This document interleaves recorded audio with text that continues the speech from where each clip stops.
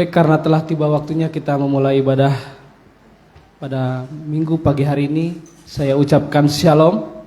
Shalom. Ya, puji bagi Tuhan, salam sejahtera dan salam bahagia dalam kasih Tuhan kita Yesus Kristus. Oleh kemurahannya dan anugerahnya yang besar, kita bersama-sama boleh datang kembali di tempat ini untuk beribadah dan menikmati firman-Nya, kasih-Nya, kuasa-Nya, sehingga boleh kita diubahkan hari demi hari. Boleh sama seperti Tuhan ya, yang adalah sempurna, sehingga kita boleh siap menyambut kedatangannya yang kedua kali. Puji bagi Tuhan, kita sambut pujian, kita angkat pujian dengan menyanyikan Yesus Kau Kebenaran. Saya undang untuk bangkit bersama.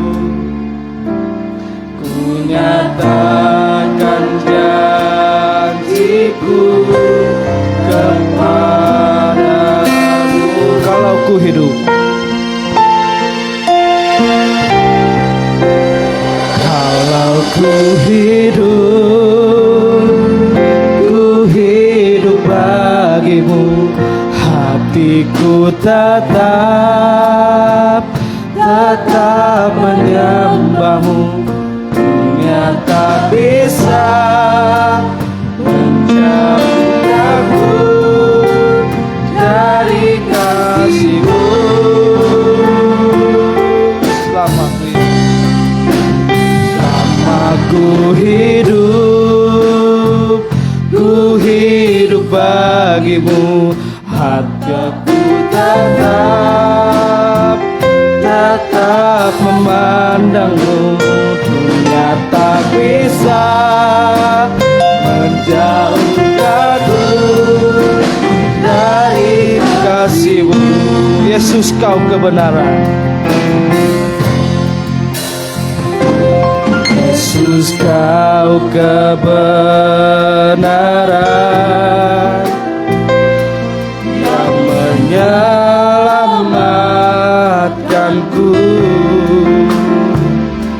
Kau memberikanku hidup dan pengharapan. Ku ikut kehendak-Mu. Haleluya, amin. Ku perlu anugerah-Mu, ku nyatakan janji-Ku kepadamu. Kalau ku hidup, kita angkat tangan kita. Haleluya.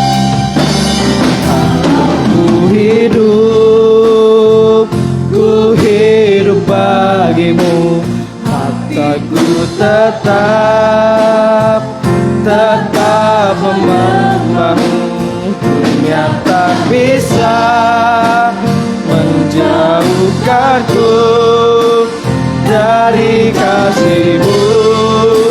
Haleluya. Selama ku hidup bagimu, mataku tetap memandangmu, dunia tak bisa menjauhkanku dari. Sekali lagi, kalau ku hidup Haleluya. Yes, haleluya. Selama ku hidup bagimu, matiku tetap menyembahmu. Dunia tak bisa menjauhkanku dari kasih-Mu. Selama ku hidup, haleluya Yesus. Oh haleluya, ku hidup bagimu. Aku tetap memandangmu. Dunia tak bisa menjauhkanku dari kasih-Mu. Sekali lagi kur, haleluya, kita nyanyikan lebih sungguh-sungguh lagi. Aku hidup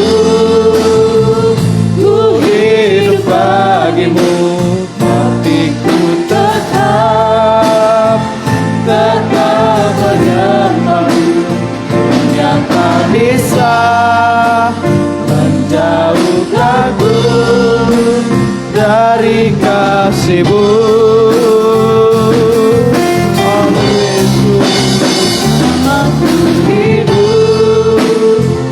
Ku hidup bagimu, mataku tetap memandangmu.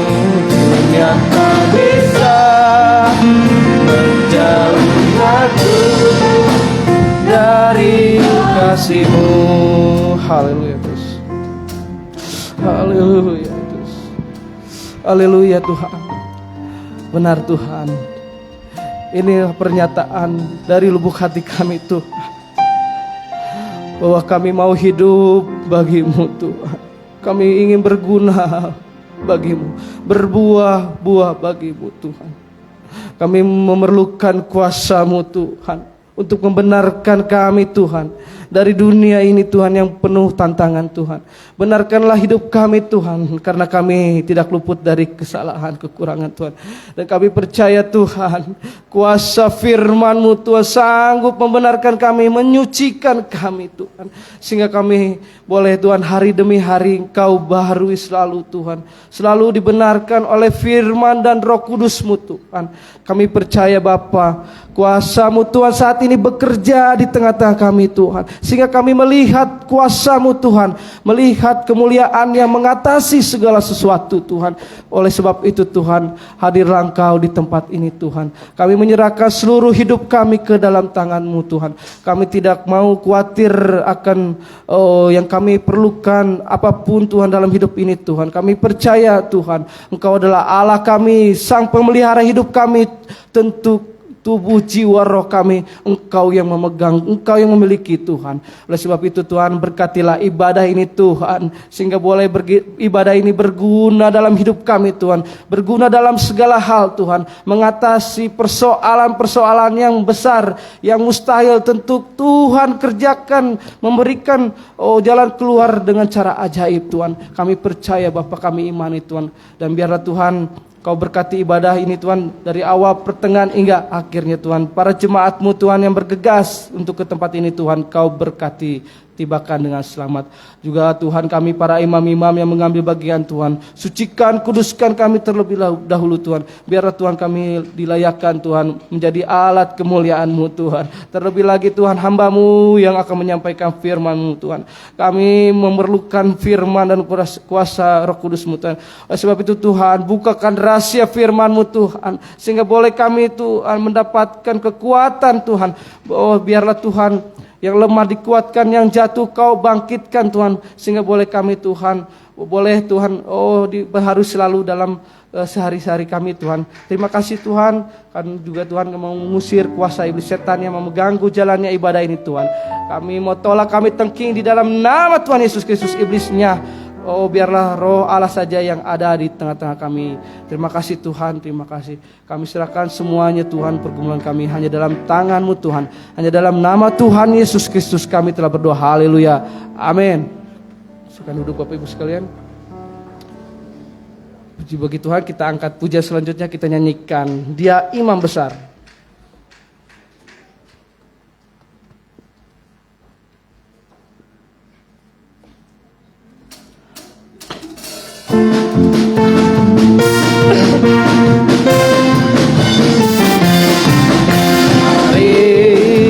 semua menghadiri Dia dan sucikan kita dengan hati yang tulus, ikhlas dan percaya. Dia sendiri Imam besar, kita membuka jalan ke surga. Dia telah berkorban sekali saja. Baik tua, saat ku dicoba, saat ku menderita, rasa kelemahan kita.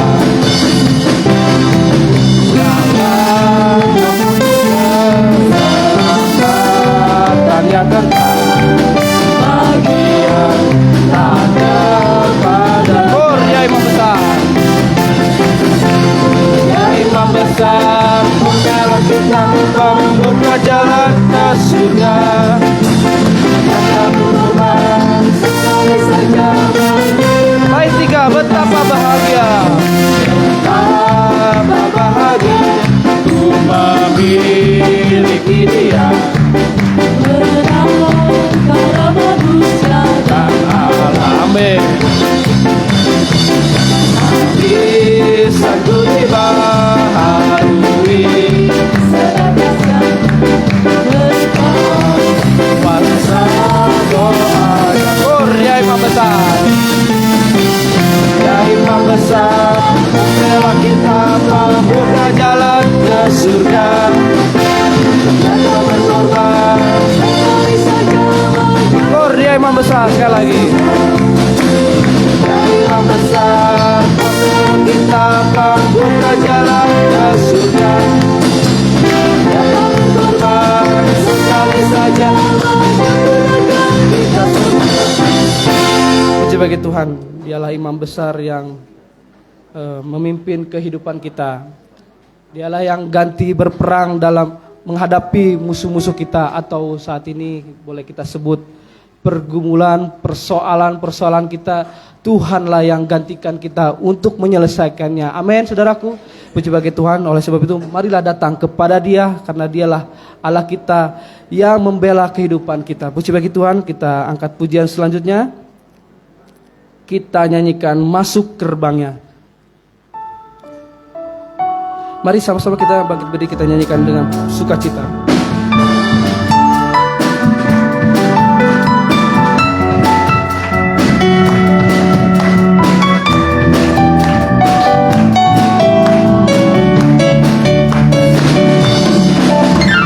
Masuk gerbangnya bersyukur dengan penuh pujian, bersuka di hadiratnya, nyanyi berserkan agung namanya. Puji Dia, puji Dia prasangka kala, musik dan tarian, semua makhluk di bumi di surga dengan senapati angkat tangan.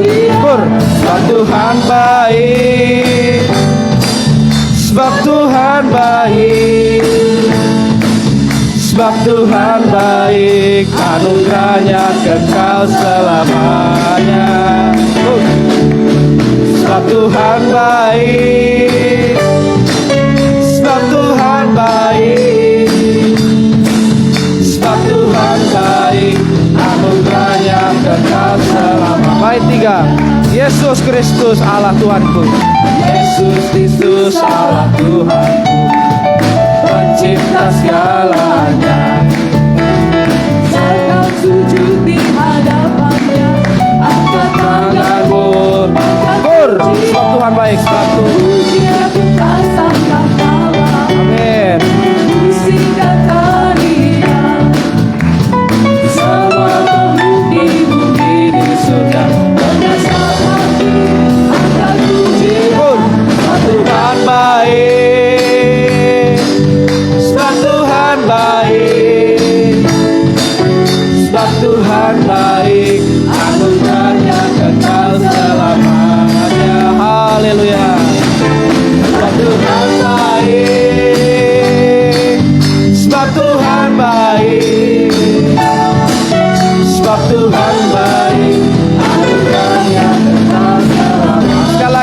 sebab Tuhan baik.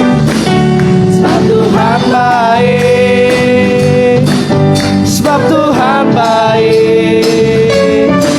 Sebab Tuhan baik. Anugerahnya kekal selamanya. Sebab Tuhan baik. Sebab Tuhan baik. Sebab Tuhan baik. Anugerahnya kekal selamanya. Silakan duduk Bapak Ibu sekalian. Ya, puji bagi Tuhan. Sebab Tuhan baik, anugerahnya kekal sampai selama-lamanya. Amin, saudaraku. Ya, jikalau saudara merasakan kebaikan Tuhan, boleh bersaksi 2 menit atau 3 menit. Ada? Ya, kalau saya mau belajar bersaksi, mau menyaksikan Tuhan, kebaikan Tuhan dalam hidup saya, jikalau saat-saat ini saya merasakan banyak kelemahan dari faktor ekonomi bahkan keluarga, tetapi saya merasakan ketika persoalan datang, saya harus datang kepada Tuhan, dan tentu ketika saya berdoa kepada Tuhan, saya merasakan ada kelegaan, saudaraku. Ada pertolongan tepat pada waktunya yang secara manusia tidak mungkin ada kelegaan atau ada pertolongan dalam hidup saya. Contoh ketika pekerjaan saya, ketika pekerjaan saya sudah berkurang produksi dalam perusahaan, tetapi setiap bulan kami selalu merasa, Tuhan bagaimana, apakah cukup atau tidak?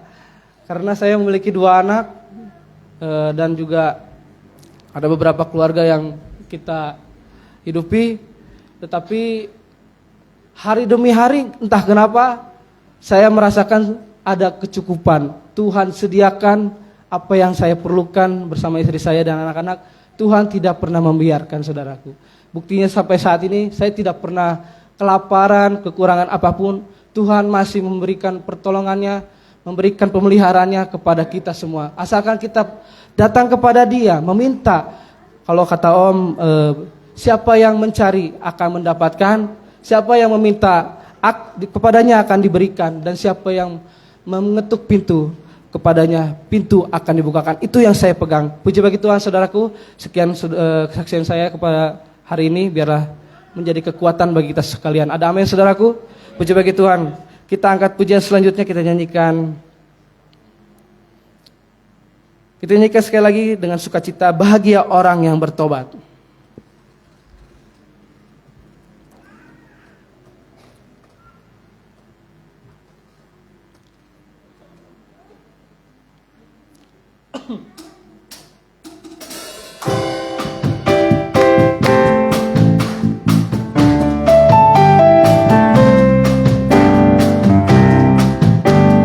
Berbahagialah setiap orang yang bertobat kepadanya. Dialah Allah pengasih dan penyayang, banyak sabar limpah kasih-Nya. Dia berikan berkat-Nya dengan limpah, Dia pulihkan semua kegagalan. Dan kita bersorak memuji Tuhan dengan sukacita bersyukur, balik dan bertobat dengan senang hati. Ingatlah Yesus, dengan kasih Dia mengerti. Sekarang waktunya, jangan tunda kesempatan yang Dia beri.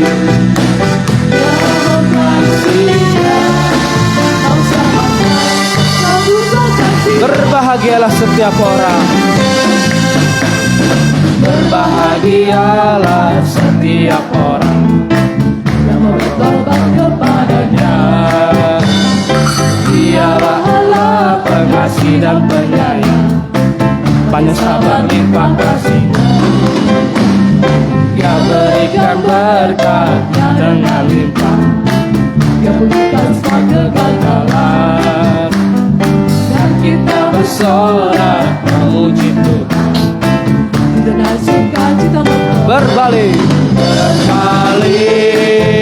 bertobat dengan senang hati. Amin. Lihatlah Yesus dengan kasih Dia menanti. Sekarang waktunya,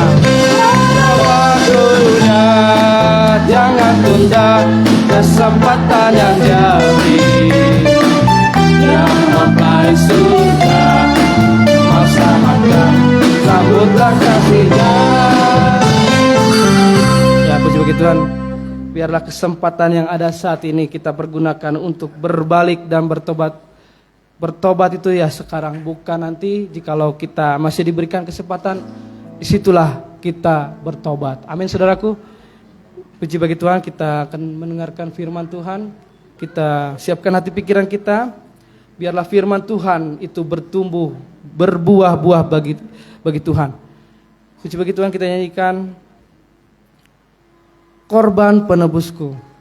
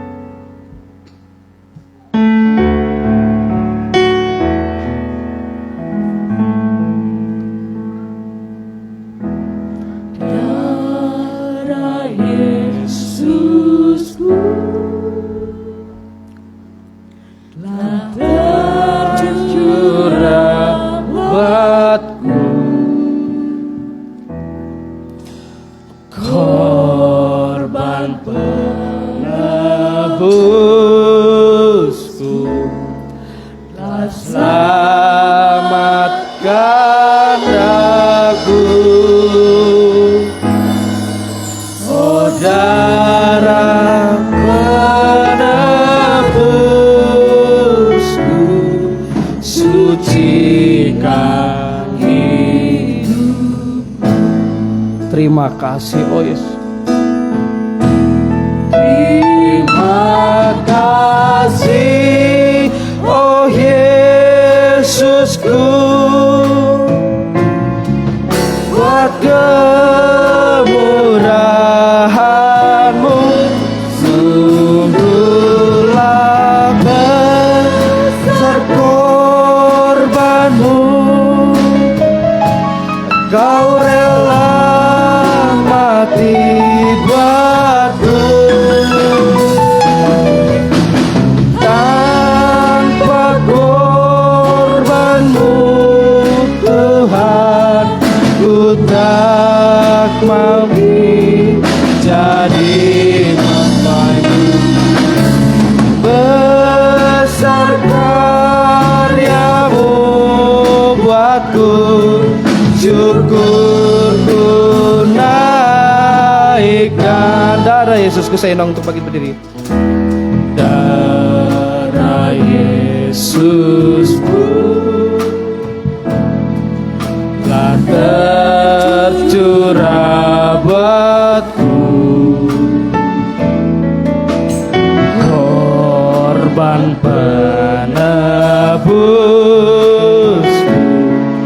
telah selamatkan daku. Oh darah penebusku, sucikan hidupku. Terima kasih, oh Yesusku, buat kemurahan-Mu. Sungguhlah besar korban-Mu, Kau rela mati buatku. Tanpa korban-Mu Tuhan, ku tak mungkin jadi mempelai-Mu. Besar karya-Mu untukku, syukurku naik. Terima kasih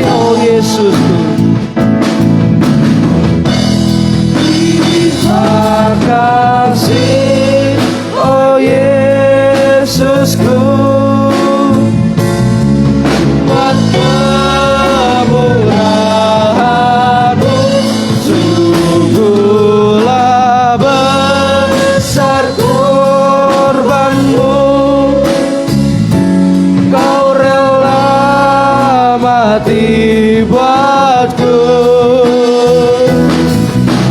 Tanpa korbanmu Tuhan, ku tak mungkin jadi mempelaimu. Besar karyamu buatku, syukur. Tanpa korbanmu Tuhan, tanpa korbanmu Tuhan, ku tak mungkin jadi mempelaimu. Besar karyamu buatku, syukurku naikkan. Saya serahkan kepada hamba Tuhan untuk penyembahan pemberitaan firman Tuhan.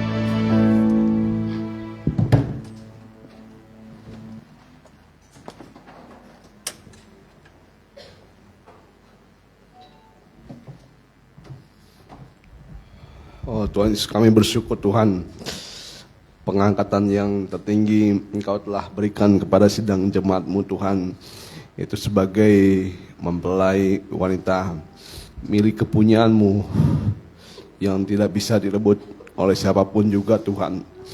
Karena Engkau sebagai kepala pasti bertanggung jawab untuk tubuhnya. Dan biarlah Tuhan segala korban yang Kau telah berikan Tuhan, hanya tujuannya untuk menebus kehidupan kami Tuhan, untuk menjadi milik-Mu. Terlebih Tuhan, biarlah kami memahami Tuhan, betapa pentingnya dan berharganya korban-Mu di atas kayu salib. Darah-Mu telah tertumpah Tuhan, begitu banyak, karena penderitaan telah Engkau tanggung Tuhan di atas kayu salib. Terlebih Tuhan, kami mau menyerahkan diri kami Tuhan kepada Engkau Tuhan. Dan biarlah firman-Mu Tuhan bisa bekerja dalam kehidupan kami dan memberkati kehidupan kami Tuhan, memulihkan dan menolong kehidupan kami yang berdosa ini Tuhan. Terima kasih Tuhan, kami akan mendengar firman-Mu, kuasai kami dengan Roh-Mu, berikan kepada kami hati yang terbuka, tanah hati yang baik. Terlebih Tuhan, biar Roh Kudus-Mu Tuhan bekerja dalam setiap hati anak-Mu Tuhan. Sucikan dan kuduskan kami semua Tuhan. Kuasa jahat yang mengganggu hati pikiran kami bersama, kami nolak dalam satu nama, yaitu dalam nama Tuhan Yesus Kristus. Biarlah lebih kuatnya pergi dari tempat ini. Roh Allah saja yang berhadirat di tengah-tengah kami. Dalam nama Tuhan Yesus Kristus kami sudah berdoa dan mengucap syukur. Haleluya, amin. Ya, salam bahagia dan salam sejahtera bagi kita yang dikasihi oleh Tuhan. Selamat mendengarkan firman Tuhan. Kita akan buka kitab kita dalam Mazmur. Ya, judulnya pada hari ini, jangan menjadi penumpah darah. Mazmur 26 ayat yang ke-9. Mazmur 26 ayat yang ke-9. Mazmur 26 ayat yang ke-9, demikian firman Tuhan. Janganlah mencabut nyawaku bersama-sama orang berdosa, atau hidupku bersama-sama orang penumpah darah. Ya, teruskan. Yang pada tangannya melekat perbuatan mesum, dan yang tangan kanannya menerima suapan. Ya, cukup dulu sampai di situ. Kita akan lihat bagaimana salah satu doa dari Daud, bagaimana kehidupan atau akhir kehidupannya jangan sampai dihitung menjadi orang-orang yang berdosa. Kita sudah mendengar pada minggu-minggu yang kemarin, semua orang telah berbuat dosa. Ya, jadi semua telah kehilangan kemuliaan Allah. Tetapi Tuhan nyatakan siapapun juga yang sudah berbuat dosa besar atau kecilnya, ya, masa lalu kita dan dosa yang akan datang Tuhan sudah tebus. Dan kita akan melihat sekarang, jangan sampai kehidupan kita hidup bersama orang-orang penumpah darah.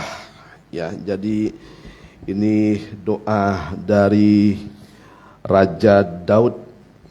Ya, jadi jangan sampai kita mati dalam keadaan seperti orang berdosa, tetapi Kita juga jangan bergaul dengan orang-orang penumpah darah, ya, karena darah bagi bangsa Israel dan Tuhan, darah itu adalah pusat dari kehidupan manusia, dan darah itu adalah kehidupan itu sendiri.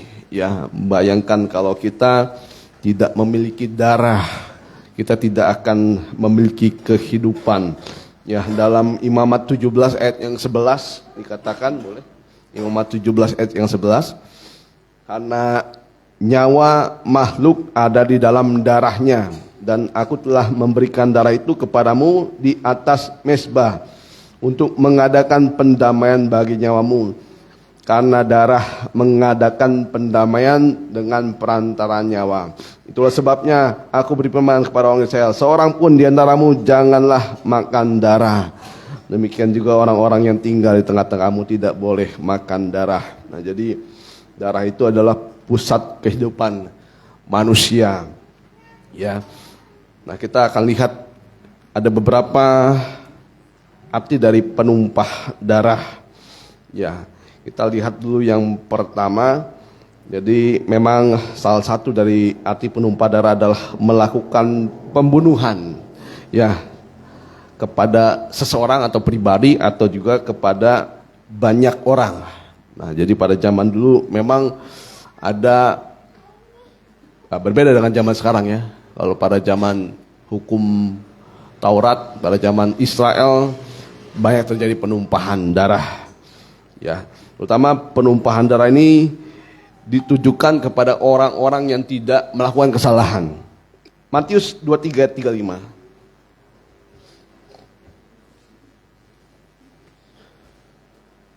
Matius 23:35. Supaya kamu menanggung akibat penumpahan darah Ya. orang yang tidak bersalah, Ya. mulai dari Habel, orang benar itu, sampai kepada Sakaria anak Berekhia, yang kamu bunuh di antara tempat kudus dan mezbah. Ya, jadi terjadi penumpahan darah di banyak tempat, terutama pada perjanjian lama. Tetapi perjanjian lamanya adalah gambaran dari apa yang akan ada di perjanjian baru. Ya. Nah, jadi ada penumpahan darah kepada seseorang, di sini disebut Habel. Nah, jadi ada juga hukum mengenai penumpah darah. Ya, hukum mengenai penumpah darah. Yang pertama adalah jika ada orang yang menumpahkan darah samanya dengan sengaja, ya, dengan sengaja, darahnya itu harus ditumpahkan juga, ya, karena seorang pembunuh bisa mencemarkan suatu negeri. Itu pada zaman Israel, boleh dibaca dalam Bilangan 35 ayat 32 sampai 34. Kita perhatikan baik-baik rangkaian ayat-ayat ini supaya kita bisa mengerti arti nanti dalam perjanjian baru. Bilangan 35 ayat 32 sampai 34. Bilangan 35 ayatnya yang 32. Ya. Juga janganlah kamu menerima uang tebusan. Ya, uang tebusan, uang suap. Teruskan. Karena seseorang yang telah melarikan diri ke kota perlindungan. Ya, pada zaman Israel kalau orang membunuh itu ada dua, ya, membunuh yang sengaja dan juga yang tidak sengaja. Kalau mereka membunuh tidak sengaja, misalnya ada orang pegang batu dari lantai 2, tiba-tiba batunya itu lepas dari tangannya sehingga mengenai orang di bawahnya, ya, orang di bawahnya sampai mati. Nah, itu pembunuhan tidak disengaja. Kalau orang yang membunuh dengan tidak sengaja, orang ini harus diselamatkan, ya, dengan cara dia harus pergi ke kota perlindungan. Ada beberapa kota perlindungan, dan di situ dia harus tetap di kota perlindungan sampai imam besar mati, ya. Sebelum matinya imam besar dia tidak boleh kembali ke tempat asalnya. Teruskan. Supaya ia boleh kembali untuk diam di tanahnya sebelum matinya imam besar. Ya. Jadi janganlah kamu mencemarkan negeri tempat tinggalmu, sebab darah itulah yang mencemarkan negeri itu. Maka bagi negeri itu tidak dapat diadakan pendamaian oleh karena darah yang tertumpah di sana. kecuali dengan darah orang yang telah menumpahkan. Ya, tetapi kalau orang yang sengaja melakukan pembunuhan, kalau dia berlindung di satu tempat, ya, tempat itu akan menjadi tempat yang dipenuhi dengan pencemaran, ya, karena negeri itu sudah melindungi orang yang menumpahkan darah, ya, dan tidak ada pendamaian, ya, kecuali darah orang itu ditumpahkan, ya, maka janganlah najiskan negeri tempat kedudukanmu, ya, yang di tengah-tengahnya aku diam. ya, jangan najiskan tempat kedudukanmu yang di tengah-tengahnya aku diam. Sebab aku Tuhan diam di tengah-tengah orang ya, Israel. artinya di sini jangan membela orang yang bersalah, ya, jangan menyalahkan orang yang benar. Kalau orang itu memang sudah terbukti melakukan penumpahan darah, kalau pada zaman Israel darahnya harus ditumpahkan. Ya, yang kedua sekarang hukum mengenai penumpahan darah. Ya, tadi yang pertama, jika ada orang yang menumpahkan darah seseorang dengan sengaja, darahnya harus ditumpahkan, ya, karena seorang pembunuh bisa mencemarkan suatu negeri, ya. Kalau istilahnya nyawa dibayar nyawa, ya, pada hukum Taurat, ya. Tetapi kita lihat ada hukum yang kedua mengenai penumpahan darah. Jika kita ingin mengorbankan sesuatu kepada Tuhan, tetapi tidak membawanya ke depan pintu kemah pertemuan, ya, jika kita ingin mengorbankan sesuatu kepada Tuhan tetapi tidak membawanya ke depan pintu kemah pertemuan, maka kita akan menjadi penumpah darah. Kita berhutang darah, ya. Imamat 17 ayat yang keempat. Imamat 17 ayat yang keempat. Imamat 17 ayat yang keempat. Tetapi tidak membawanya ke pintu kemah Boleh pertemuan. di ayat yang ketiga. Ayat yang ketiga, setiap orang dari kaum Israel yang menyembelih lembu atau domba atau kambing di dalam perkemahan atau di luarnya, Ya, setiap orang dari kaum Israel yang menyembelih lembu atau domba atau kambing di dalam perkemahannya atau di luarnya, teruskan. tetapi tidak membawanya ke pintu kemah pertemuan. Ya, tetapi korbannya ini tidak dibawa ke pintu kemah pertemuan. Terus? Untuk dipersembahkan sebagai persembahan kepada Tuhan. Ya, tidak dipersembahkan kepada Tuhan di depan kemah suci Tuhan, terus kan? Di depan kemah suci Tuhan. Ya. Hal itu harus dihitungkan kepada orang itu sebagai hutang darah. Ya, jadi penumpah darah yang kedua adalah orang yang mengorbankan sesuatu tetapi tidak dibawa ke pintu kemah pertemuan. Orang itu diperhitungkan sebagai orang atau sebagai hutang darah atau penumpah darah karena ia telah menumpahkan darah. ya, karena ia telah menumpahkan darah. Dan orang itu haruslah dilenyapkan dari tengah-tengah Ya, bangsanya. sama seperti yang pertama tadi, nyawa dibayar nyawa. Ya, tetapi nyawa ini adalah nyawa binatang, ya, yang sudah ditumpahkan. Karena dia tidak bawa ke pintu kemah pertemuan. Teruskan.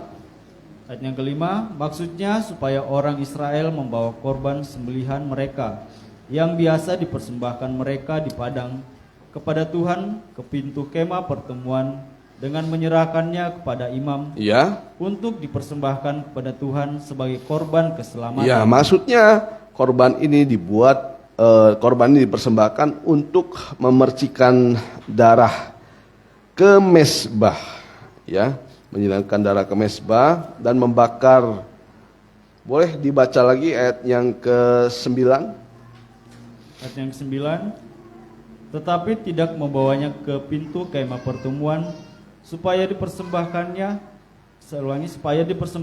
kepada Tuhan, maka orang itu haruslah dilenyapkan dari antara orang-orang sebangsanya. Ya, kita sudah mendengar beberapa contoh dari hukum penumpahan darah yang terjadi. Nah, kita akan lihat dalam perjanjian lama ada beberapa contoh dari penumpahan darah, ya. Ya, untuk sekarang kita tidak mungkin lakukan, ya, tetapi kita lihat akar dari orang melakukan penumpahan darah. Nah, kita belajar dari orang-orang pada zaman Perjanjian Lama. Ya, kita lihat pertama contoh orang-orang atau kehidupan yang sudah ditumpahkan darahnya. Yang pertama pada zaman Habel. Ya, jadi ini adalah martir pertama. Orang yang dibunuh karena mempertahankan imannya atau kebenarannya. Karena dia hidup benar. Dia harus ditumpahkan darahnya. Ya, itu pada zaman Habel. Kejadian 4 ayat 5 sampai yang ke-6. Kejadian 4 ayat 5 sampai 6. Nah, jadi penumpahan darah ini terjadi kepada sesama kita. Ya, terjadi kepada sesama kita. Kejadian 4 ayat 5. Ya, kita baca bersama-sama ayat ini. 1, 2, 3. Tetapi Kain dan korban persembahannya tidak diindahkannya. Lalu hati Kain menjadi sangat panas dan mukanya muram. Firman Tuhan kepada Kain, mengapa hatimu panas dan mukamu muram? Teruskan. Apakah mukamu tidak akan berseri jika engkau berbuat baik? Tetapi jika engkau tidak berbuat baik, dosa sudah mengintip di depan pintu. Ia sangat menggoda engkau, tetapi engkau harus berkuasa atasnya. Nah, jadi penumpahan darah ini bisa terjadi kepada sesama kita. Diawali dari akar yang bisa kita lihat dilakukan oleh Kain. Ya, Kain ini seorang kakak atau anak sulung. Ya, ada anak bungsu itu Habel.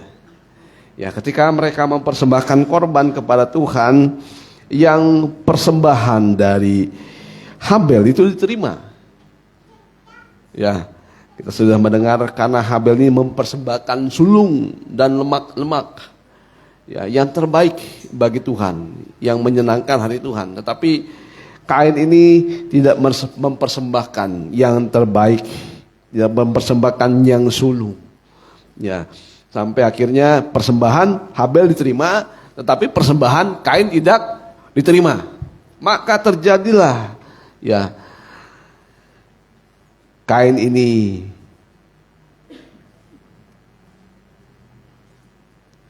panas hatinya. Ya, nah jadi tidak selamanya orang beribadah itu diterima ibadahnya oleh Tuhan.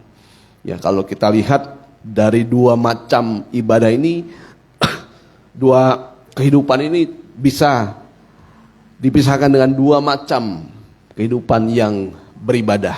Ada yang diterima, ada yang tidak diterima. Mengapa terjadi penumpahan darah? Karena Kain iri hati. Ya, iri hati. Dengki. Dan sampai akhirnya membunuh. Nah, begitu juga dalam pelayanan, dalam ibadah. Kalau ibadah itu masih disertai dengan iri hati, ya, ibadah kita bisa jadi seperti Kain, tidak diterima oleh Tuhan. Ya.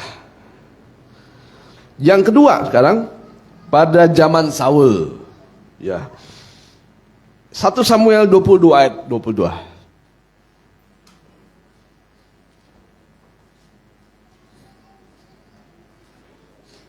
1 Samuel 22 ayat 22. Berkatalah Daud kepada Abiatar, memang pada hari itu juga ketika Doeg orang Edom itu ada di sana, aku telah tahu bahwa pasti ia akan memberitahukannya kepada Saul. Akulah sebab utama daripada kematian seluruh keluargamu.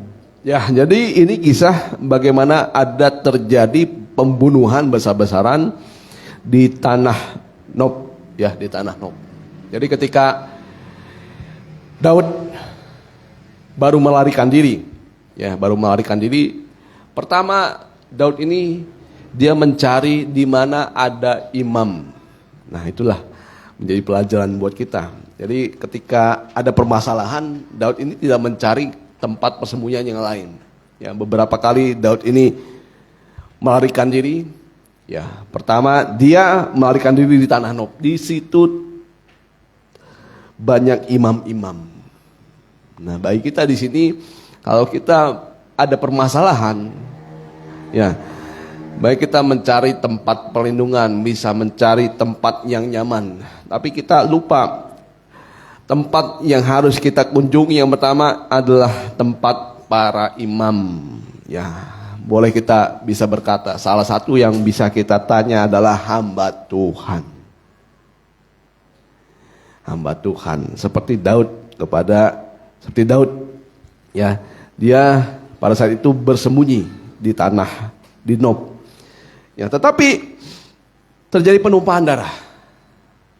Ya, terjadi penumpahan darah karena Saul mengetahui bahwa Daud ada di tanah Nob, sehingga Saul akhirnya membunuh nanti beberapa orang. Nah, jadi sumber penumpahan darah di sini itu dikarenakan ada Doeg. Ya, jadi Doeg ini seorang pelayan Tuhan, tetapi bukan dari imam-imam. Ya, bukan dari suku Lewi, tetapi dari Moab. Nah, kita perhatikan. Nah, jadi sebelum Doeg melakukan pembunuhan terhadap imam-imam di Nob, Saul ini sebenarnya punya pasukan. Ya, punya pasukan. Boleh kita baca dulu di ayat yang 7.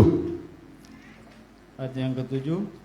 Lalu berkatalah Saul kepada para pegawainya yang berdiri di dekatnya, cobalah dengar, ya orang-orang Benyamin, apakah anak Isai itu juga akan memberikan kepada kamu sekalian ladang dan kebun anggur? Apakah ia akan mengangkat kamu sekalian menjadi kepala atas pasukan 1000 dan atas pasukan 100, sehingga kamu sekalian mengadakan persepakatan melawan aku? Ya, jadi ada fitnah, ya. Boleh dibaca lagi di ayat yang ke-9. Ayat yang ke-9. Lalu menjawablah Doeg, orang Edom itu yang berdiri dekat para pegawai Saul.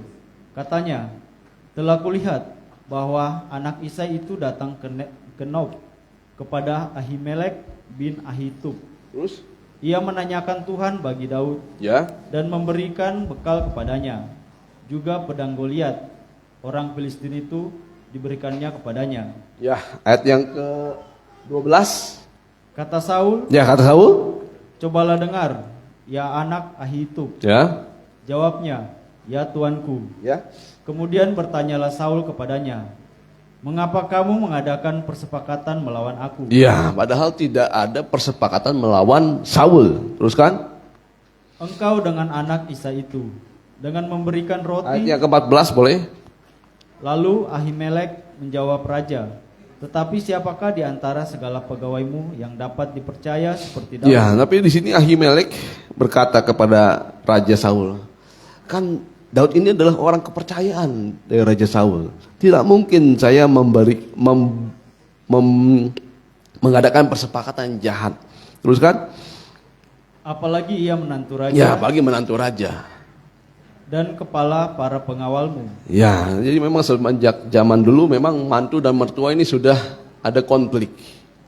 Ya, biasanya nih mantu perempuan dengan mertua perempuan. Ya, biasanya konflik yang paling sederhana itu biasanya masalah uang. Ya, betul tidak?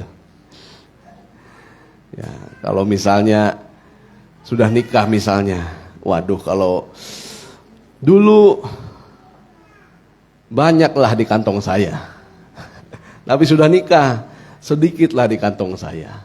Wah, ini istrinya mempengaruhi anak saya. Ya, terjadilah pertikaian yang tidak ada kunjung, yang tidak ada henti-hentinya. Ya, masalah uang.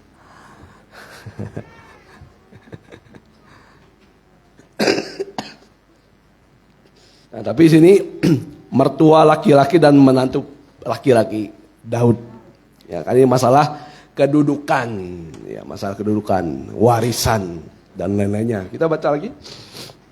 Ulangnya, apalagi ia menantu raja dan kepala para pengawalmu dan dihormati dalam rumah. 17. Lalu raja memerintahkan kepada bentara yang berdiri di dekatnya, Ya. majulah dan bunuhlah Ya. para imam Tuhan itu, sebab mereka membantu Daud. Ya, tetapi yang B-nya, tetapi para pegawai raja tidak mau mengangkat tangannya untuk memarang imam-imam Tuhan itu. Ayat yang ke-18. Lalu berkatalah raja kepada Doeg, Ya, majulah engkau dan peranglah para imam itu. paranglah para imam. Nah, jadi yang menjadi sumber penumpahan darah di sini adalah Doeg yang akhirnya membunuh imam-imam. Ya, karena pegawai-pegawai dari Saul ini tidak mau. Ya, karena ini adalah penumpahan darah. Kalau orang menumpahkan darah orang tidak bersalah, nanti darahnya itu akan tertanggung pada dirinya. Nah, tapi Doeg di sini akhirnya memarang imam-imam Dinon, ya, atau Dinob, ya. Matilah 85 orang. Ya, 85 orang yang tidak bersalah, yang tidak mengadakan persepakatan apapun. Ya. Dan setelah itu penduduk Dinob juga dibunuh oleh Saul. Ya, dibunuh oleh Saul dan semua anak laki-laki, perempuan, ya, semua binatang peliharaan dibunuh karena bencinya Saul kepada Daud. Tapi di sini disebabkan salah satunya oleh Doeg. Nah, mengapa terjadi penumpahan darah? Doeg ini artinya adalah ketakutan. Ya, jadi ada dua faktor di sini. Doeg ini artinya penuh ketakutan. Ya. Jadi kita bisa lihat dari namanya mengapa terjadi penumpahan darah. Ya. Karena hidup dalam ketakutan, takut kepada sesuatu di dunia ini sampai dia tidak takut kepada Tuhan. Ya. Takut miskin sampai tidak takut kepada Tuhan. Ya, takut kehilangan sesuatu sampai tidak takut kehilangan Tuhan. Jadi ini Doeg. Dan juga kalau kita lihat dalam Mazmur 26 ayat yang 10 dikatakan karena suap. Ya, atau mungkin Doeg ini nanti akan diangkat oleh Saul. Karena pada zaman dulu kalau orang mau taat kepada raja, nanti dia akan diberikan hadiah. Nah, jadi dua faktor. Karena ketakutan, yang kedua karena keuntungan. Ya. Yang ketiga sekarang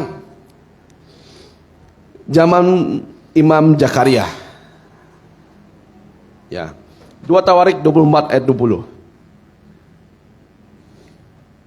2 Tawarik 24 ayat 20.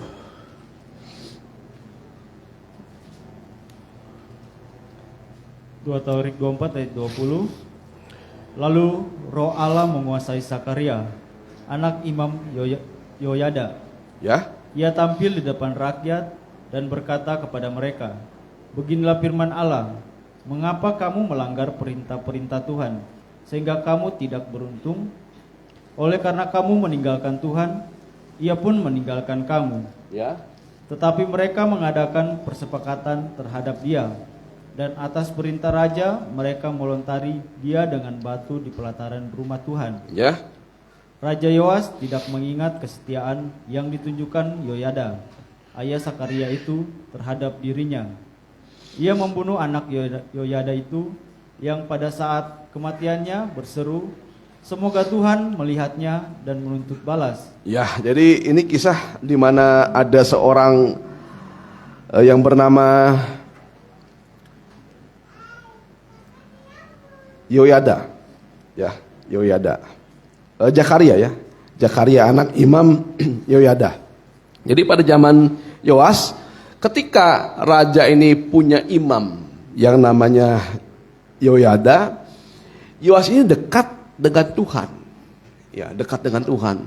Dia beribadah Dia mengembalikan semua hal-hal yang buruk, mengembalikan semua hal-hal yang baik pada zaman Daud. Ya, tetapi ketika Imam Yehoyada mati, ya, terjadilah bagaimana banyak orang akhirnya menyembah kepada raja. Ya, menyembah kepada raja.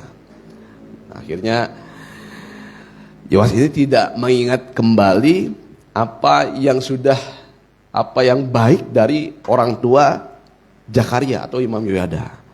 Nah, sehingga anaknya yaitu Zakaria, di sini dikatakan ketika Zakaria itu, boleh baca dulu lah, ya, di ayat 15 boleh. Ayat 15. Yehoyada menjadi tua dan lanjut umur. Ya, ini Imam Yehoyada. Lalu matilah ia. 130 tahun umurnya ketika ia mati. Ya, teruskan. Ia dikuburkan di kota Daud. Ya. Di samping raja-raja. Ya, jadi jarang sekali ada imam yang dikuburkan di antara atau di samping raja-raja. Nah, hanya orang-orang terhormat. Nah, jadi Imam Yehoyada ini orang yang terhormat, orang yang baik, orang yang saleh. Teruskan. Karena perbuatan-perbuatannya yang baik di Israel terhadap Allah dan rumahnya. Ya, tetapi ayat 17. Sesudah Yehoyada mati, pemimpin-pemimpin Yehuda datang menyembah kepada raja. Ya. Sejak itu raja mendengarkan mereka. Iya. Mereka meninggalkan rumah Tuhan, Allah nenek moyang mereka, lalu beribadah kepada tiang Ya, berhala. itulah intinya. Nah, jadi ada banyak macam iman. Ya, salah satu iman yang paling berbahaya adalah iman yang hanya ikut-ikutan. Ya, jadi kalau misalnya orang tuanya taat, anaknya bisa taat. Ya, kalau misalnya gembalanya masih ada, ya kita bisa taat. Atau siapapun panutan kita. Nah, seperti Imam Yehoyada. Tetapi ketika Imam Yehoyada ini sudah mati, meninggal, berubahlah setia Raja Yoas ini. Sehingga ada di sini orang-orang Yehuda datang menyembah kepada raja. Ini belum pernah diajarkan oleh Imam Yehoyada. Yang ada, saya dulu menyembah Tuhan, tetapi orang datang kepada saya untuk menyembah kepada saya. Sehingga akhirnya Raja Yoas ini menyembah kepada Baal. Ya, menyembah kepada Baal. Nah, kita lihat bahwa terjadi penumpahan darah karena Yoas ini tidak mau mendengarkan firman Tuhan dan setia kepada firman Tuhan. Ya, dan juga Yoas ini tidak membalas kesetiaan Imam Yehoyada. Dan juga di sini terjadi pemujaan. Ada 3 hal. Ya, karena Yoas tidak mau mendengarkan firman Tuhan. Yang kedua, karena Yoas tidak setia. Dan yang selanjutnya adalah karena sudah dipuja. Nah, hati-hati. Cara menjatuhkan orang yang paling mudah adalah dengan memujanya. Yang kalau banyak orang menjatuhkan dengan menghina, bisa jatuh memang. Tetapi cara paling mudah menjatuhkan orang salah satunya adalah dengan cara memuja. Itu paling efektif. Ya, dan banyak orang ketika dipuja lupa dirinya. Seperti Yoas. Nah, sekarang yang selanjutnya pada zaman Tuhan Yesus. Nah, kita baca dalam Matius 27 ayat yang ke-17 sampai yang ke-18. Matius 27 ayat yang 17 sampai 18. Karena mereka sudah berkumpul di sana, Pilatus berkata kepada mereka, "Siapa yang kamu kehendaki kubebaskan bagimu? Ya? Yesus Barabas atau Yesus yang disebut Kristus?" Ya? Ia memegang, Ya memang. saya ulangi, ia memang mengetahui bahwa mereka telah menyerahkan Yesus karena dengki. Ya, nah jadi kita lihat ada sebenarnya 2 kelompok yang menyalibkan Tuhan Yesus. Nanti kita akan lihat. Teruskan ayat yang ke-25. Dan seluruh rakyat itu menjawab, Biarlah darahnya ditangguhkan atas kami dan atas anak-anak kami. Ya, nah jadi ini penumpahan darah yang menjadi korbannya adalah Tuhan Yesus. Ya, jadi penumpahan darah ini dialami oleh Yesus 2000 tahun lalu. Ya. Yang dilakukan oleh ahli Taurat dan orang-orang Farisi tua-tua. Ya. Dan akhirnya upah dari kejahatan mereka harus mereka tanggung. Bahkan mereka berani mengucapkan, biarlah darahnya ditanggungkan atas kami dan atas anak-anak kami. Ya, terjadilah bahwa sampai sekarang orang Israel tidak semuanya, bahkan mayoritas itu menolak Tuhan. Ya, salah satu yang menjadi batu sandungan adalah tua-tua orang kepala, ya, orang-orang Farisi dan ahli Taurat. Ya, tetapi di sisi lain penumpahan darah ini adalah karena dosa-dosa kita. Ya, yang menumpahkan darah ahli Taurat, tetapi salah satu itu yang pertama, yang kedua adalah kita sendiri. Tapi nanti kita akan kaitkan dengan hukum yang kedua dari hukum mengenai penumpahan darah. Nah, tapi kita lihat dari sisi Tuhan, ya, dari sisi ahli Taurat mereka harus menanggung hukuman. Dari sisi kita, karena dosa kita, darah Tuhan tertumpah. Tapi dari sisi Tuhan, penumpahan darah ini adalah bentuk dari penebusan dosa dan pengampunan dosa. Dia dijadikan dosa. Jadikan dosa. Nah, paling sederhana sekarang. Siapa di sini yang mau dijadikan dosa? Disalahkan. Ya, saya rasa saya banyak mendengar banyak orang, ya, mereka ketika dipersalahkan mereka itu tidak mau, tidak rela. Ya, bahkan mereka ketika dipersalahkan memberontak, membela diri. Tetapi Tuhan ini dijadikan dosa. Ya. Dan setiap darah yang dicurahkan oleh Tuhan ini ada luka yang harus Tuhan terima. Dan matinya Tuhan ini karena darahnya habis tercurah, tertumpah.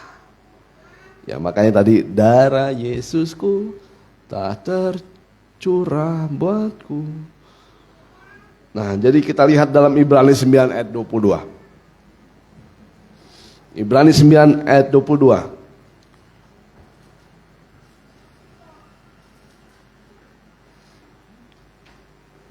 Dan hampir segala sesuatu disucikan menurut hukum Taurat dengan darah, Ya. dan tanpa penumpahan darah tidak ada pengampunan. Ya, di dalam hukum Taurat kalau tidak ada darah yang tertumpah, tidak ada pengampunan dosa. Ayat yang ke-25. Dan ia bukan masuk untuk berulang-ulang mempersembahkan dirinya sendiri. Ya, sebagaimana kita tahu bahwa Tuhan ini cukup satu kali. Ya, cukup satu kali mati. Terus kan? Cukup satu kali dipersembahkan. Terus kan? Sebagaimana imam besar setiap tahun masuk ke dalam tempat kudus dengan darah yang bukan darahnya sendiri. Iya, jadi pada zaman hukum Taurat, imam besar itu hanya sekali setahun. Ya, masuk ke ruangan maha kudus. Ya, tetapi dia bukan mengorbankan darahnya sendiri. Ayat selanjutnya boleh kan? Ayat 26. Ya. Sebab jika demikian, ia harus berulang-ulang menderita sejak dunia ini dijadikan. Ya, jadi kalau dengan darahnya sendiri, kalau imam itu pasti berulang-ulang. Ya, tetapi sekarang ia hanya satu kali saja Ya. menyatakan dirinya pada zaman akhir untuk menghapus dosa oleh korbannya. ya, tetapi sekarang ia satu kali untuk menyatakan dirinya pada zaman akhir untuk menghapuskan dosa oleh korbannya. Teruskan.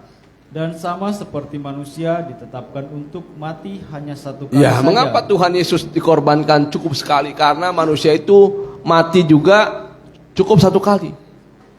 Teruskan? Dan sesudah itu dihakimi. Ya, kalau manusia itu kalau sudah mati dihakimi menurut perbuatannya, menurut imannya. Teruskan? Demikian pula Kristus hanya satu kali saja mengorbankan dirinya untuk menanggung dosa banyak orang. Ya, demikian pula Kristus hanya satu kali untuk mengorbankan dirinya untuk menanggung dosa banyak orang. Sesudah itu ia akan menyatakan dirinya sekali lagi. Ya, jadi kedatangan Tuhan Yesus pertama kali untuk menanggung dosa banyak orang. Tetapi untuk kedatangannya yang kedua kali, ya, sesudah itu ia akan menyatakan dirinya sekali lagi. ya, ini pada akhir zaman, kedatangan Tuhan Yesus yang kedua. Teruskan? Tanpa menanggung dosa untuk menganugerahkan keselamatan kepada mereka yang menantikan Dia. Ya, jadi kedatangan Tuhan Yesus harus mati. Tetapi kedatangan Tuhan Yesus yang kedua kali masa Yesus mati lagi. Ya. Jadi kedatangan Tuhan Yesus yang kedua kali itu untuk menyatakan dirinya, ya, tapi tanpa menanggung dosa. Ya, dosa itu nanti harus sudah dihapuskan oleh darah Yesus. Nah, kita lihat sekarang Tuhan sudah katakan bahwa dirinya satu kali mengorbankan dirinya untuk menanggung dosa banyak orang. Ya. Tetapi penumpahan darah dari pihak kita, dari pihak Tuhan cukup sekali. Dari pihak ahli Taurat mereka harus menanggung hukuman. Dari pihak kita harus memanfaatkan penumpahan darah seperti yang ada dalam Imamat tadi. Kita ulangi. Kita kaitkan dengan Imamat 17 ayat yang keempat. Ayat yang ketiga. Setiap orang dari kaum Israel yang menyembelih lembu atau domba atau kambing di dalam perkemahan atau di luarnya, Ya. tetapi tidak membawanya ke pintu kemah Ya, pertemuan tetapi tidak membawanya ke pintu kemah pertemuan. untuk dipersembahkan sebagai persembahan kepada Tuhan Ya. di depan kemah suci Tuhan. Ya. Hal itu harus dihitungkan kepada orang itu sebagai hutang darah, karena ia telah menumpahkan darah, Ya. dan orang itu haruslah dilenyapkan dari tengah-tengah bangsanya. Ya, jadi kalau orang mempersembahkan sesuatu atau korban, tapi dipersembahkannya tidak dibawa ke pintu kemah untuk dipersembahkan kepada Tuhan di depan kemah suci Tuhan, hal itu menjadi hutang darah. Nah, kalau kita berhutang darah kepada Tuhan, tidak ada keselamatan bagi kita. Tetapi keselamatan itu sebenarnya sudah Tuhan berikan kepada kita. Ya, mengapa disebut hutang darah di ayat yang kelima? Ayat kelima, maksudnya supaya orang Israel membawa korban sembelihan mereka yang biasa dipersembahkan mereka di padang kepada Tuhan ke pintu kemah pertemuan dengan menyerahkannya kepada imam untuk dipersembahkan kepada Tuhan sebagai korban keselamatan. Ya. Nah, jadi korban Tuhan itu adalah korban yang menyelamatkan. Tetapi di ayat yang ketujuh, boleh baca? Ayat yang ketujuh, Ya. janganlah mereka mempersembahkan lagi korban mereka kepada jin. Nah, jadi kalau orang mempersembahkan di luar, dikhawatirkan pada zaman Israel ini mereka mempersembahkan korban itu bukan kepada Tuhan. Karena pada zaman dulu memang sama. Mereka kalau mau mempersembahkan atau beribadah kepada Baal atau jin-jin, mereka juga harus ada yang dikorbankan. Ya, lembu sapi, kambing domba. Nah, dikhawatirkan kalau tidak dibawa ke pintu kemah pertemuan, mereka beribadah kepada Allah lain. Terus kan? Sebab menyembah jin-jin itu adalah Cina. Ya, kalau tidak dibawa kepada Tuhan, terjadi perjinahan secara rohani. Terus kan? Itulah yang harus menjadi ketetapan untuk selama-lamanya bagi mereka Ya. turun-temurun. Ayat 8. Dan haruslah kau katakan kepada mereka, setiap orang dari kaum Israel atau dari orang asing yang tinggal di tengah-tengah mereka, yang mempersembahkan korban bakaran atau korban sembelihan, Ayat 9. tetapi tidak membawanya ke pintu kemah pertemuan supaya dipersembahkan kepada Tuhan, maka orang itu haruslah dilenyapkan dari antara orang-orang sebangsanya. Ya, jadi imam harus menyiramkan darah itu di ayat sebentar.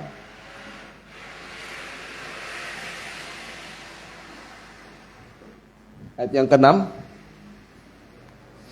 Ayat yang ke-6, imam harus menyiramkan darahnya pada mezbah Tuhan di depan pintu kemah pertemuan dan membakar lemaknya menjadi bau yang menyenangkan bagi Tuhan. Iya, nah kita perhatikan ayat yang ke-6 ini. Ya, mengapa kita bisa berhutang darah kepada Tuhan? Kalau kita tidak membawa korban itu kepada Tuhan. Karena di sini kita lihat orang nanti, karena kita lihat sini imam, kalau kita sudah bawa korban itu kepada imam, darah dari korban itu dibawa ke mezbah Tuhan. Buat apa dibawa ke mezbah Tuhan? Itu supaya terjadi pendamaian. Dan juga di sini ada lemak yang menjadi bau yang menyenangkan hati Tuhan. Nah, jadi kita akan lihat di sini sedikit saja bagaimana kita bisa menumpahkan darah atau berhutang darah kepada Tuhan. Kalau kita lihat yang pertama, ya bisa kita lihat dulu dalam Ibrani 6 ayat yang ke-6. Ini ada kaitan dengan imamat tadi. Ibrani 6 ayat yang ke-6. Namun yang murtad lagi tidak mungkin dibaharui sekali lagi sedemikian, hingga mereka bertobat, sebab mereka menyalibkan lagi anak Allah bagi diri mereka dan menghinanya di muka umum. Ya, jadi boleh lanjutkan ayat yang ke-7. Sebab tanah yang menghisap air hujan yang sering turun ke atasnya, dan yang menghasilkan tumbuh-tumbuhan yang berguna bagi mereka yang mengerjakannya, menerima berkat dari Allah. Tambah ayat yang keempat. Ayat yang keempat, sebab mereka yang pernah diterangi hatinya, yang pernah mengecap karunia sorgawi, dan yang pernah mendapat bagian dalam Roh Kudus. Ya, itu yang pertama.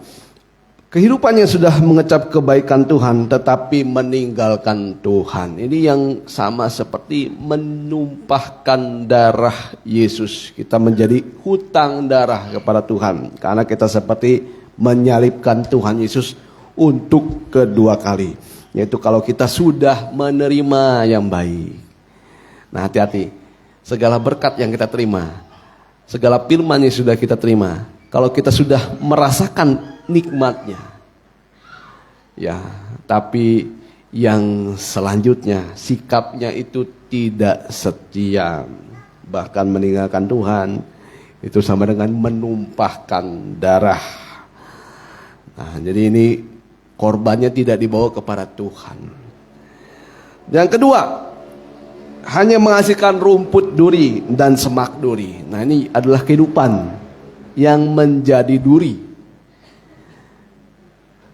Nah, kalau kita perhatikan hidup kita, pertanyaan terbesar, apakah kita itu menghasilkan buah atau kita itu hanya menghasilkan duri? Ya. Yang jawab tolong pasangannya. Istrinya atau suaminya. Yang tahu itu paling dekat adalah suami istri.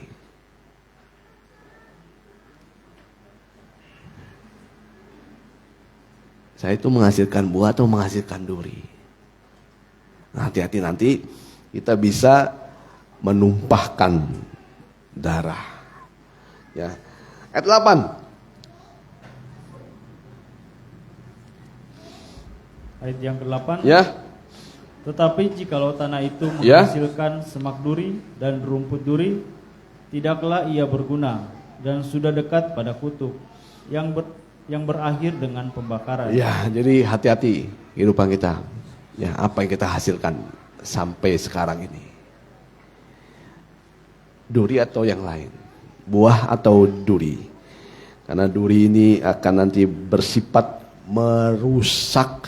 Ingat, duri itu merusak tumbuhan yang baik. Duri juga menyakiti. Hati-hati duri. Jadi kalau kita berpasangan dengan yang penuh duri, apa yang baik dari kita itu bisa tidak muncul, seperti tanah yang dipenuhi dengan semak duri. Dia tidak akan muncul yang baik. Kehidupan rohani semacam itu terus. Ya, tapi kalau kita menjadi tanah yang baik, akan berbuah yang baik. Dan duri juga di sini, ingat mahkota duri. Ya, mahkota duri. Mahkota duri itu ada di kepala Kristus. Ya. Jadi beban pikiran Tuhan. Jadi bukan hanya jadi beban pikiran sesama kita.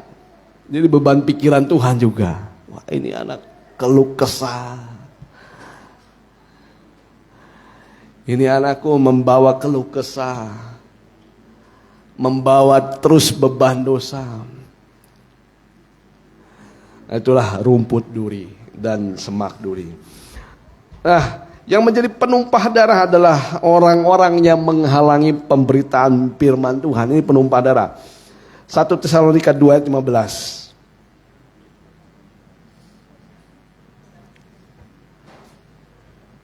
1 Tesalonika Ya, 2 ayat ya. Bahkan orang-orang Yahudi itu telah membunuh Tuhan Yesus Ya. dan para nabi dan telah menganiaya kami. Ya. Apa yang berkenan kepada Allah tidak mereka pedulikan. Ya, apa yang berkenan kepada Allah mereka tidak pedulikan. Dan semua manusia mereka musuhi. Ya, teruskan.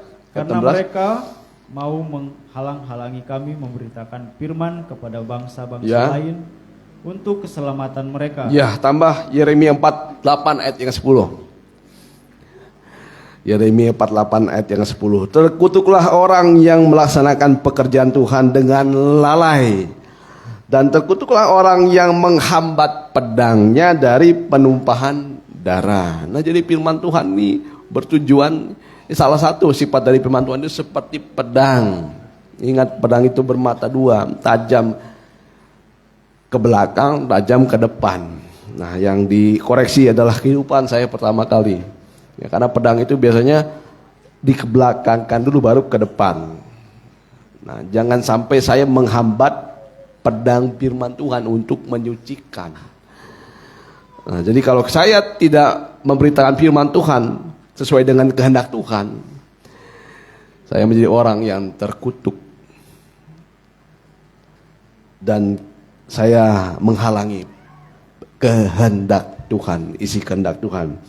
Dan yang terakhir yang disebut penumpah darah adalah tidak membawa kehidupannya untuk taat dan setia beribadah kepada Tuhan. Ibrani 9 ayat 14 ayat terakhir saja.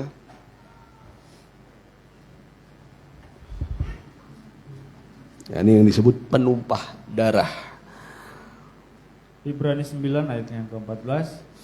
Betapa lebihnya darah Kristus. Ya, betapa lebihnya darah Kristus yang oleh roh yang kekal telah mempersembahkan dirinya sendiri kepada Allah sebagai persembahan yang tak bercacat. Ya. Akan menyucikan hati Ya, nurani ini kita. sebenarnya tujuan dari Tuhan mempersembahkan dirinya. Ya, persembahan yang tidak bercacat. Terus kan? Akan menyucikan hati Ya, nurani untuk kita menyucikan hati nurani kita. dari perbuatan-perbuatan yang sia-sia. Ya, dari perbuatan yang sia-sia. Terus? Supaya kita dapat beribadah kepada Allah yang hidup. Iya. Nah, jadi tujuan Tuhan Yesus menumpahkan darah salah satunya untuk bisa kita beribadah kepada Tuhan. Tetapi orang yang tidak mau setia dalam ibadah itu sama dengan menumpahkan darah Tuhan. Kita berhutang darah kepada Tuhan. Oleh sebab itu, mari kita lihat diri kita. Ya, jangan kita bergaul, jangan kita menjadi orang penumpah darah. Orang yang penumpah darah, darahnya harus ditumpahkan. Tapi kita bersyukur karena korban Kristus yang sudah dipercikan di mezbah. Artinya Tuhan sudah memercikan darahnya di kayu salib. Ya, untuk apa? Untuk mendamaikan semua dosa-dosa kita. Dan juga kita sebagai orang-orang yang menghargai korban Kristus, baiklah kita beribadah kepada-Nya dengan setia. Jangan halangi pemberitaan firman Tuhan. Biarlah firman Tuhan itu bekerja dalam kehidupan kita.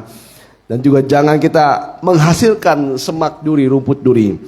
Dan juga jangan kita lupa semua kebaikan Tuhan. Karena semua kebaikan Tuhan sudah kita nikmati. Jangan tinggalkan Tuhan. Ya, kita nyanyikan Di Golgota Darah Yesus Tumpah. Saya undang Bapak Gembala ke depan.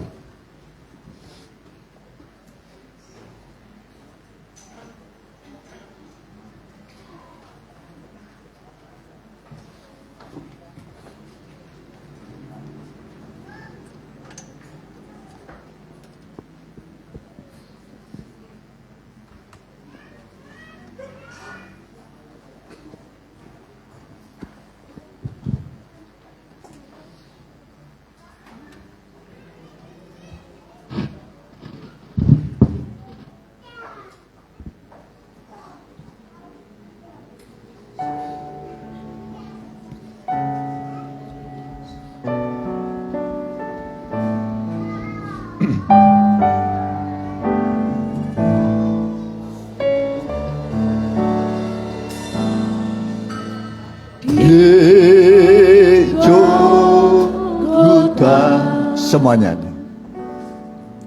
Darah Yesus tumpah menyucikan dosa pikiranku,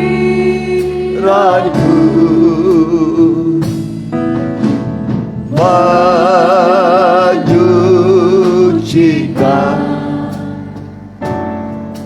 dosa perbuatanku. Oh, darahnya yang hapuskan dosaku. Dicurcurkan semuanya. Darah Yesus tumpah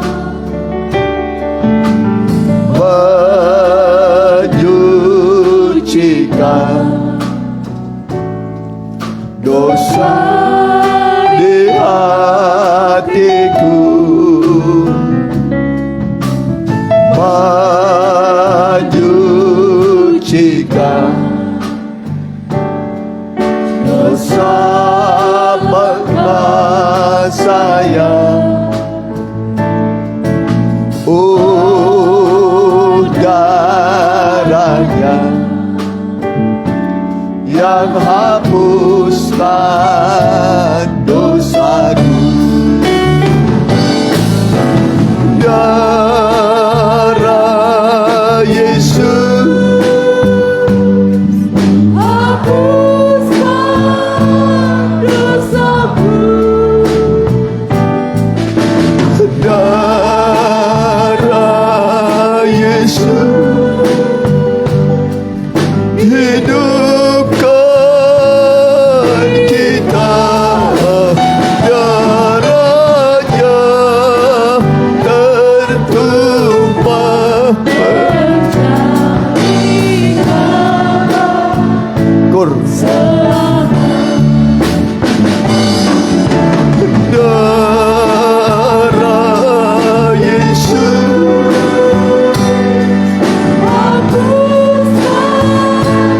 dosaku. Darah Yesus hidupkan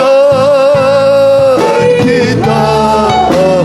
Darahnya tertumpah menjadi jalan.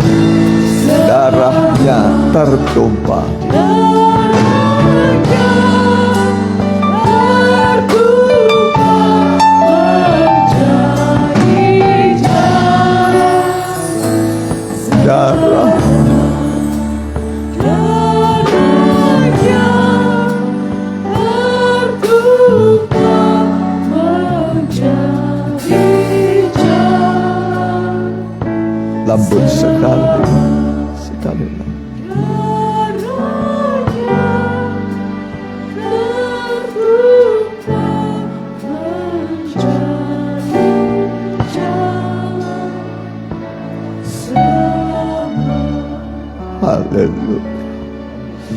mari sembah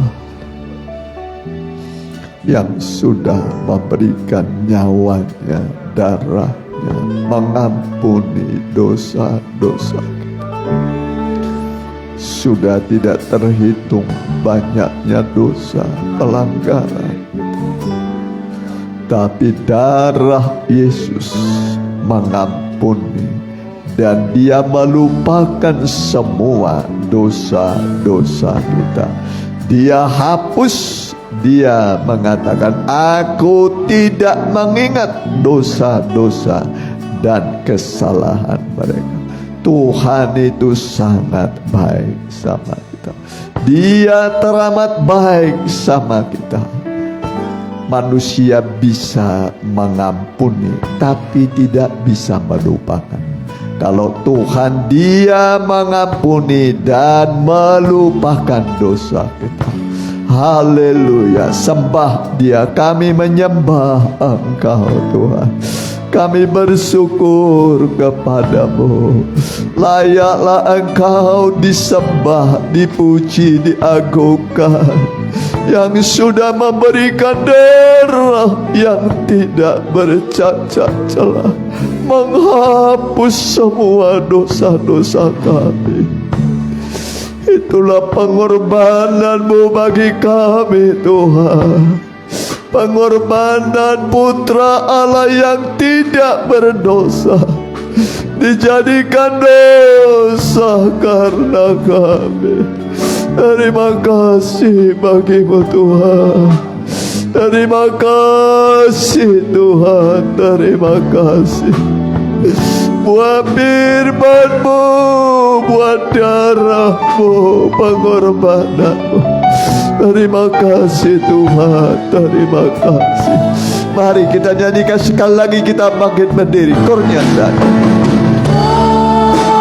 darah Yesus.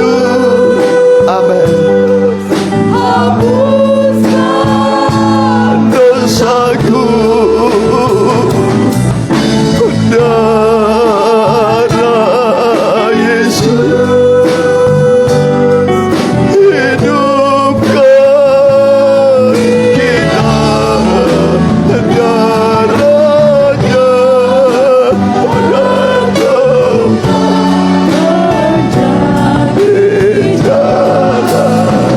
Darahnya tertumpah. Darahnya tertumpah menjadi selamat. Makasih, sembah Dia. Kami menyembah Engkau. Kami menyembah Engkau. Terima kasih buat kerelaan-Mu, mau menderita buat orang-orang berdosa seperti kami. Besarlah pengorbanan-Mu Tuhan. Engkau menyelesaikan semua dosa, penyakit, pergumulan kami. Engkau berkata sudah selesai. Sudah selesai. Engkau menyelesaikan, menghapus semua dosa kami, sehingga kami menjadi manusia baru di dalam Tuhan, penuh pengharapan. Kalau selama ini kami kecewa, banyak kali kami gagal Tuhan, akhirnya hidup kami dalam kesedihan, semangat kami hilang. Hari ini Engkau membangkitkan rohani kami, menghidupkan kami kembali, memberi kepada kami kekuatan baru, sehingga kami bisa menang dalam tiap pencobaan dan memberikan kepada kami kesembuhan dari tiap penyakit di dalam nama Tuhan Yesus. Terima kasih buat korban-Mu. Terima kasih buat firman-Mu. Dalam nama Tuhan Yesus. Haleluya. Amin. Mari kita akan pujian, kita jalankan persembahan untuk kasih, untuk sosial ya. Kita nyanyikan nyanyian kemenangan. Ya.